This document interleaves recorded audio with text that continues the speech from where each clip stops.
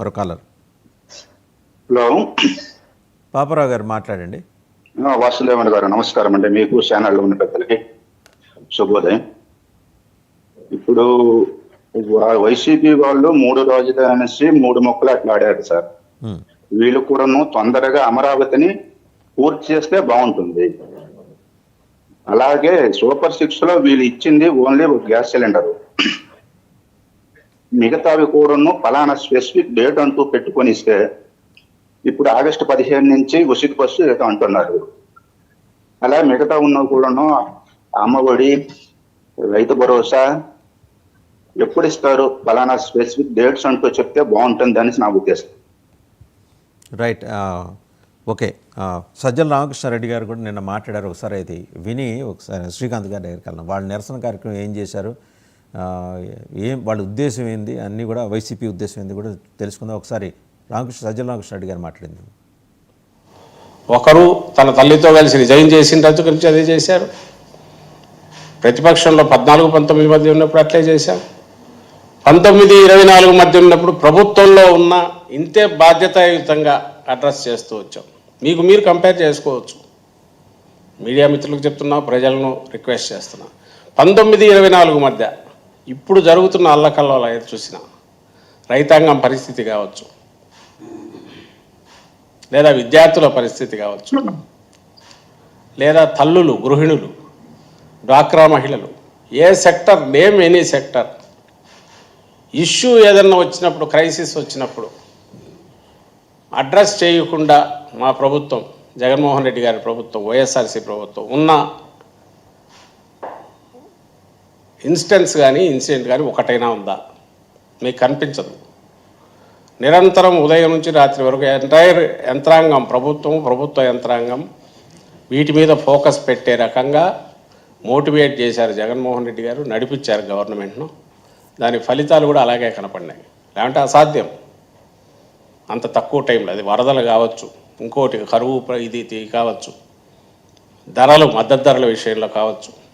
ఈరోజు మద్దతు ధరల విషయమే మనం చూస్తే కళ్ళ ముందు మీకు కనిపిస్తుంది ఎక్కడ పోయినా కూడా. కానీ ప్రభుత్వం దాన్ని అసలు ప్రయత్నం చేస్తుందా? ఆ ప్రభుత్వంగా ఇప్పుడున్న ప్రభుత్వం, చంద్రబాబు నాయుడు గారి ప్రభుత్వం కానీ, లేదా మంత్రులు కానీ, లేదా ఒక పార్టీ నాయకులు కానీ, రైట్, లేదా లైన్లో ఉన్నారండి. శ్రీకాంత్ గారు మీ దగ్గరికి వెళ్ళే ముందర ఆ కాలర్ని తీసుకుందాం. వైజాగ్ నుంచి రవికుమార్ గారు మాట్లాడండి. రవికుమార్ గారు సార్ నమస్తే అండి.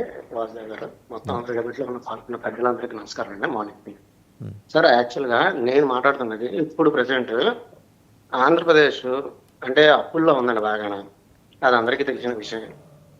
ఈ వైసీపీ వాళ్ళు అంటే, నేను మామూలుగా నేను ఏ పార్టీ పరంగా మాట్లాడలేదండి.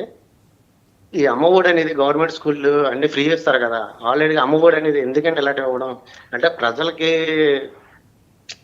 కాదండి. సపోజ్ అంటే అప్పుల పాలు చేయడానికి తప్పించి రాష్ట్రాన్ని ఇలాంటివి పథకాలన్నీ వేస్ట్కి ఇచ్చి మొత్తం అప్పుల పాలు చేశారు. దాన్ని ఏంటంటే ఈ ప్రజలు ఇవ్వకపోతే నెక్స్ట్ పార్టీకి ఓట్లు వేయరండి. దానివల్ల వీళ్ళు ఇంకా కంటిన్యూగా తప్పగా ఇవ్వాల్సి వస్తుంది తప్పించి అసలు ఇవన్నీ వేస్ట్ అండి. అవన్నీ దేనికి పనికిరానివ్వండి. ఏదో అభివృద్ధి మీద పెట్టుకుంటే ఒక 4 పరిశ్రమలు వస్తాయి, ఉద్యోగాలు వస్తాయి, అందరికీ పిల్లలకి కూడా ఉద్యోగాలు వస్తాయండి.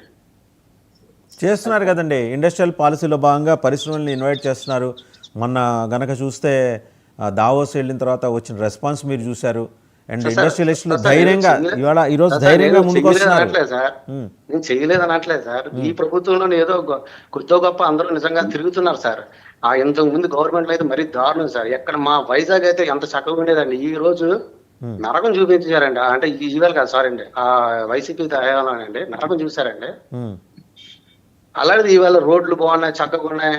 నిజంగా అండి ఈ గవర్నమెంట్ అయితే కొద్దిగా బాగానే ఉంది. కాకపోతే ఆ పథకాలు అనేది ఆపేసే బెటర్ సార్. నిజంగా పథకాలు ఆపేయాలి, డెవలప్మెంట్ మీద దృష్టి పెట్టాలి, అది మీ లైన్. ఓకే అండి, రైట్. శ్రీకాంత్ గారు, సో భిన్నమైన అభిప్రాయాలు. మొదటి ఈ కాలర్స్ అందరూ చూసాం. రెండోది, మీ నిరసన దినంలో కొంచెం డెమోక్రటిక్గా ఉండొచ్చు కదండి. ఆ పోలీసుల మీద ఎగబడిపోయి ఆ కలబడి ఎందుకంత గందరగోళం చేయాల్సింది? పట్టాపురంలో ఆయన నివాసం నుంచి కలెక్టరేట్కి 4 కిలోమీటర్ల దూరం గుంటూరులో. మామూలుగా లేదా పోలీస్ గైడ్లైన్స్ ఉంటాయి, కొన్ని గైడ్లైన్స్ ఫాలో అవ్వచ్చు కదా. అంటే మీరు మాజీ మంత్రి అయితే మీకు అదనంగా 2 చేతులను నెత్తి మీద కిరీటం వచ్చేస్తాయా? మొదటిగా 99 టీవీ వీక్షకులకు, ప్యానెల్లో ఉన్న సభ్యులకి మీకు శుభోదయం.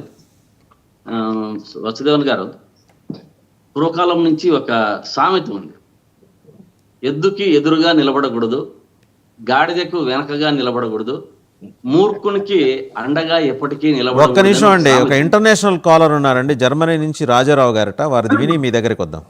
రాజారావు గారు మాట్లాడండి. నమస్కారం అండి వాసుదేవన్ గారు. నమస్కారం. మీరు ఆలాపే